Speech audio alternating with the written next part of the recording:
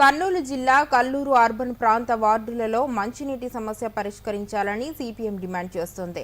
అభివృద్ధి చెందుతున్న కాలనీల్లో రోడ్లు, కాలువలు నిర్మించాలని, వీకర్ సెక్షన్ కాలనీలో శ్మశాన వాటికను ఏర్పాటు చేయాలని సిపిఎం న్యూ సిటీ కమిటీ ఆధ్వర్యంలో సోమవారం కర్నూలు పర్యటనలో భాగంగా మున్సిపల్ శాఖ మంత్రి ఆదిమూలపు సురేష్కి వినతి పత్రం అందజేశారు.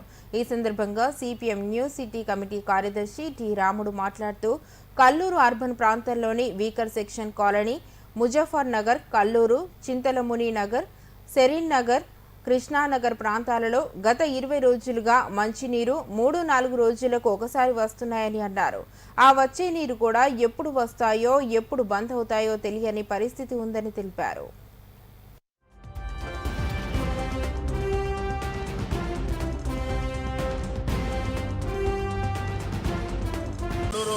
అర్బన్ ప్రాంతానికి సంబంధించి 9 కోట్ల రూపాయలు శాంక్షన్ చేస్తూ మున్సిపల్ శాఖ మంత్రి ఆదిమూలపు సురేష్ గారు ఈరోజు కర్నూలుకు రావడం జరిగింది. ఆ సందర్భంగా ఇక్కడ ఇది ఉత్సాల హై రోడ్ జంక్షన్లో శంకుస్థాపన చేశారు.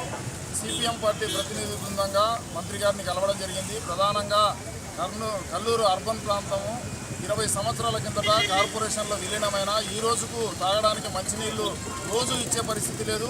3 రోజులకు 4 రోజులకు నీళ్ళు వచ్చే పరిస్థితి ఉంది. కనుక తక్షణమే నీటి సమస్యను పరిష్కారం చేయాలని చెప్పేసి మంత్రి గారిని కోరాము. 2వ సమ్మర్ స్టోరేజ్ ట్యాంక్ తక్షణమే అవసరం ఉంది.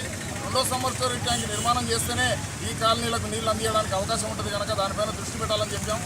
మంత్రి గారు సానుకూలంగా స్పందించారు. అట్లాగే శిథిలమైన రోడ్లు, చాలా ప్రాంతాల్లో రోడ్లు లేని ఏరియాలు ఉన్నాయి. కనుక అలాంటి ప్రాంతాల్లో రోడ్లు నిర్మాణం చేయాలని, కాలువల నిర్మాణం చేయాలని, అలాగే పార్కుల అభివృద్ధి చేయాలని చెప్పేసి వినతి పత్రాన్ని అందించాం.